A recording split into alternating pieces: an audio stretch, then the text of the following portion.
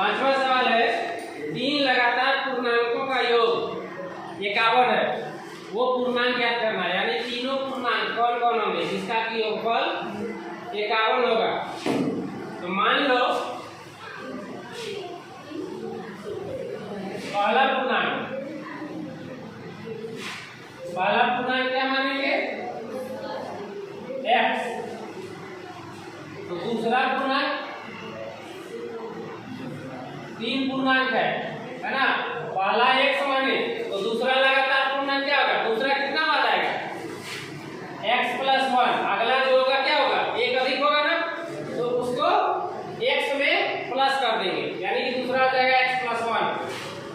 और तीसरा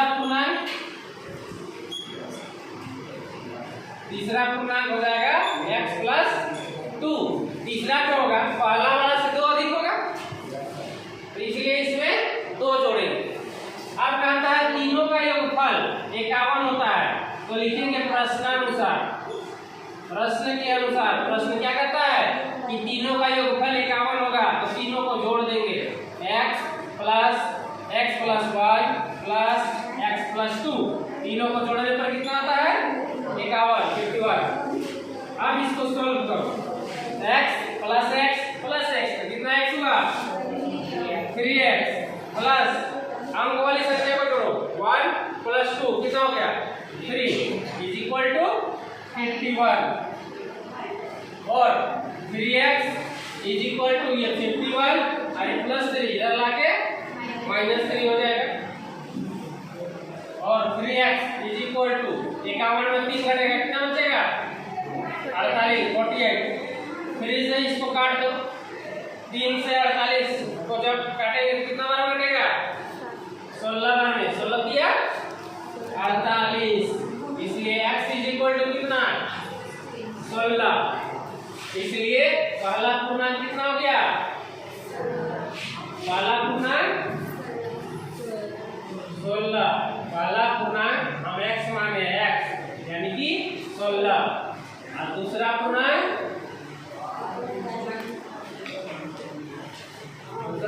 क्या माने x + 1। x आया हमारा 16, तो 16 में 1 जोड़ो, कितना हो गया 17। और तीसरा पूर्णांक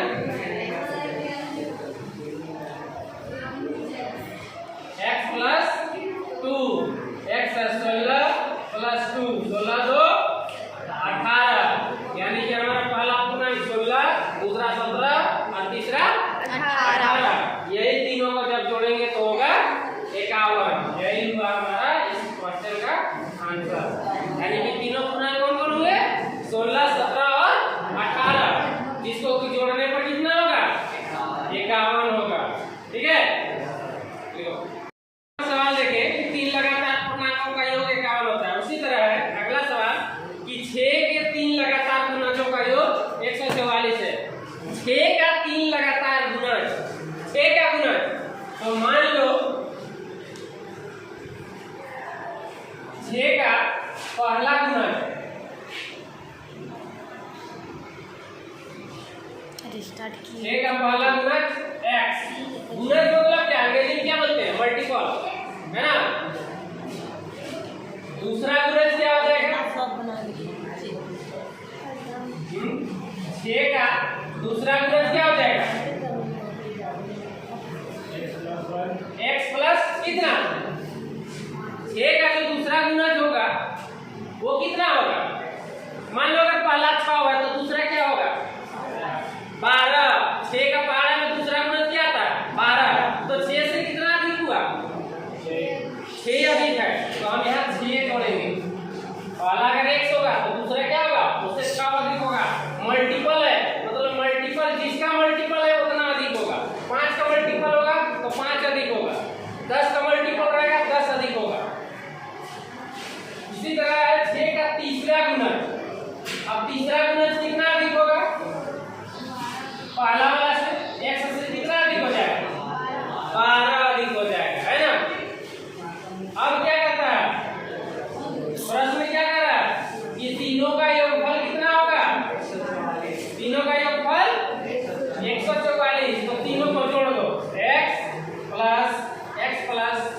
6 प्लस x प्लस 12 बराबर कितना हो रहा है 144। यहाँ भी उसी तरह करेंगे x प्लस कितना x हुआ 3x प्लस ये 6 और प्लस 12 6 और 12 कितना हो गया 18 बराबर 144। 3x को इधर छोड़ दो बराबर 144 और प्लस 18 इधर आके माइनस 18। इसके बाद क्या करेंगे 144 में 18 माइनस कर दो। 144 में 18 माइनस करो कितना होता है 14 में से 6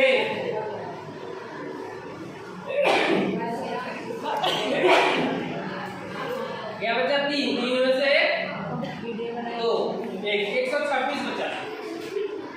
3 से इसको काटो 3 चौके 12 और 3 दूनी 6 यानी कि x कितना हो गया 42 यानी कि 6 का पहला गुणक कौन होगा 42 होगा। 6 का पहला गुणक x बराबर 42। इसी तरह 6 का दूसरा गुणक कितना हो जाएगा x प्लस 6 x बनाया 42 प्लस 6 42 का 48 और 6 का तीसरा गुणक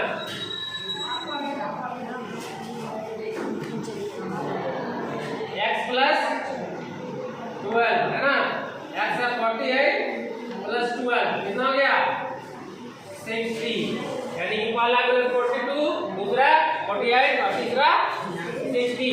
ये तीनों का योगफल कितना होगा 144 144। दो संख्याओं का अनुपात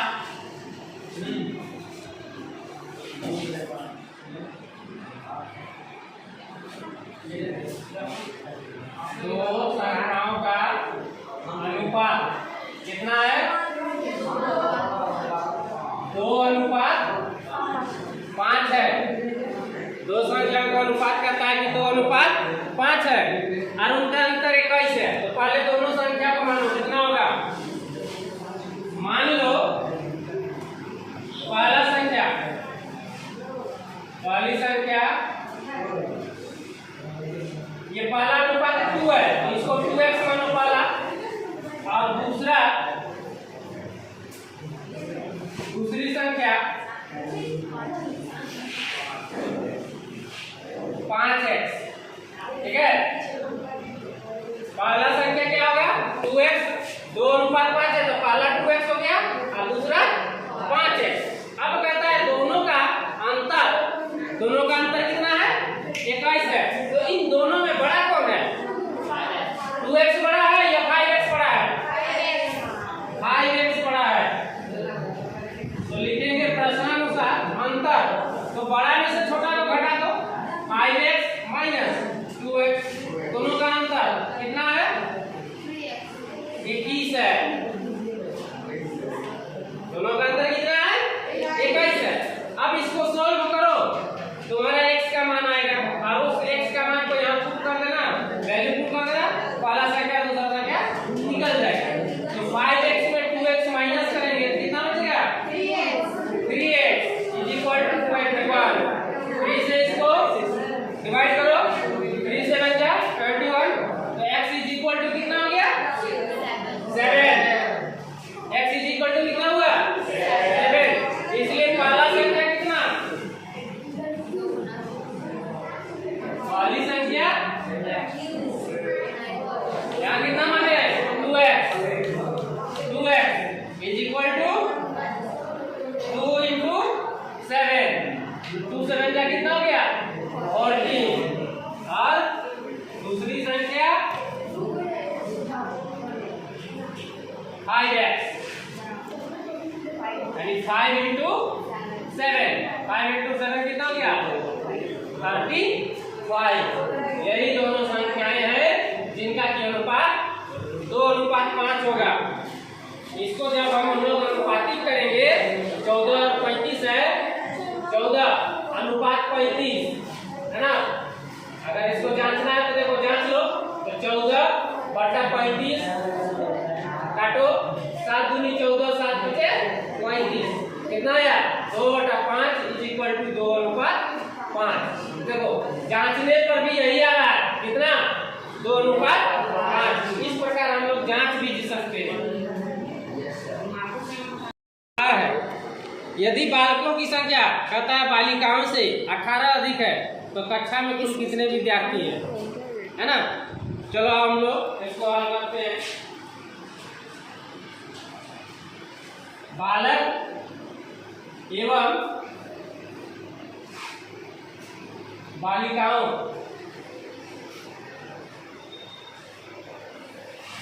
का अनुपात, बालक एवं बालिकाओं का अनुपात कितना है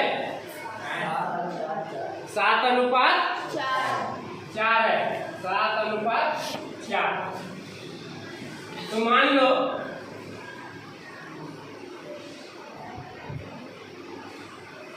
बालकों की संख्या कितना, बालकों की संख्या 7 है तो 7x हो जाएगा। और बालिकाओं की संख्या, बालिकाओं की संख्या 4 है 4x हो जाएगा है ना। अब कहता है क्या कि यदि बालकों की संख्या बालिकाओं से 18 अधिक है, बालकों की संख्या ये बालकों से बालिकाओं से 18 अधिक है, यानी कि दोनों में कितना का अंतर है 18 का अंतर है। तो लिखो प्रश्न से या प्रश्नानुसार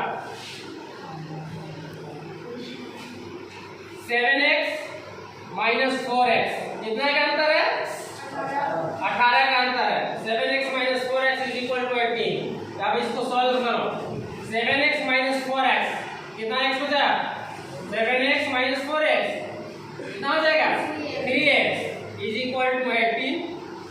3 6 जा 18 तो x = कितना हो गया 6।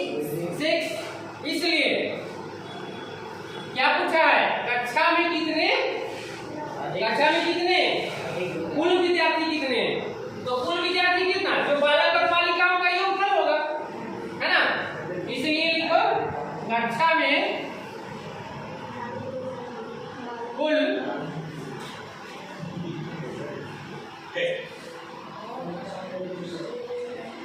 विद्यार्थियों की संख्या = 7x + 4x। 7x और 4x = कितना हो जाएगा 11x = 11 इंटू x का वैल्यू कितना आया 6 आया। तो 6 से इसको मल्टीप्लाई कर दो 11 6 जा 66, यानी कि कक्षा में कितने विद्यार्थी है तो 66 है। 5:7 है। रीमा और सीमा की वर्तमान आयु का अनुपात कितना है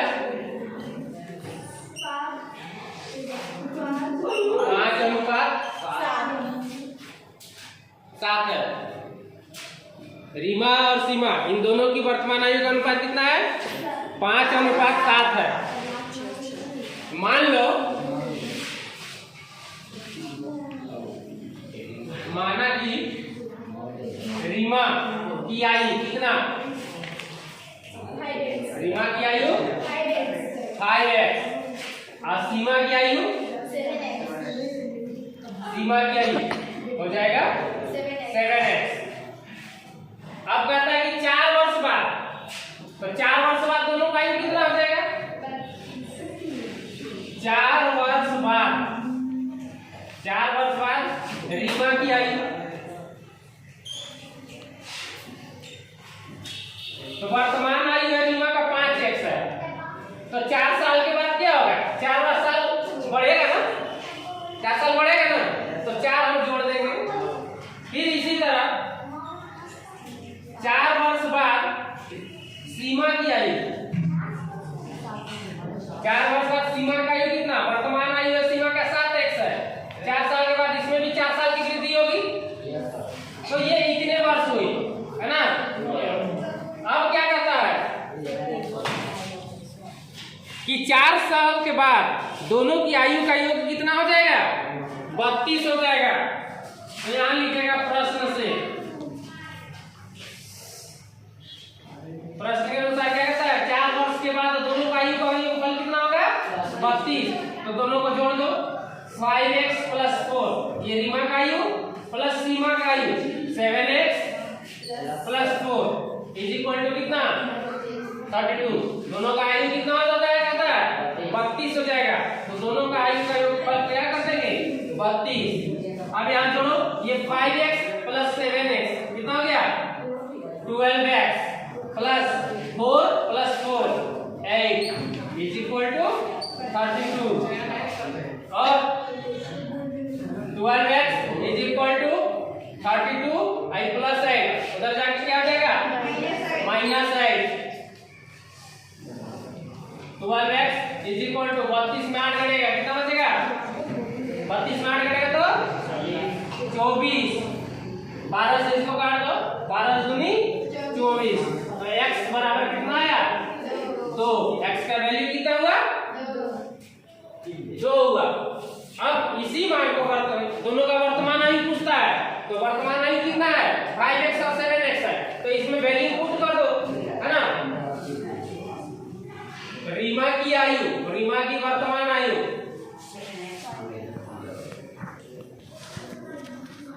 बराबर 5x, 5 गुना x का मान कितना है? 2, यानी 5 दूनी कितना हो गया?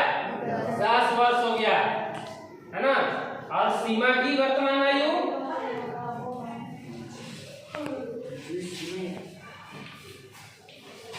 सीमा की वर्तमान आयु 7x बराबर 7 गुना 2, 7 दूनी 14 वर्ष।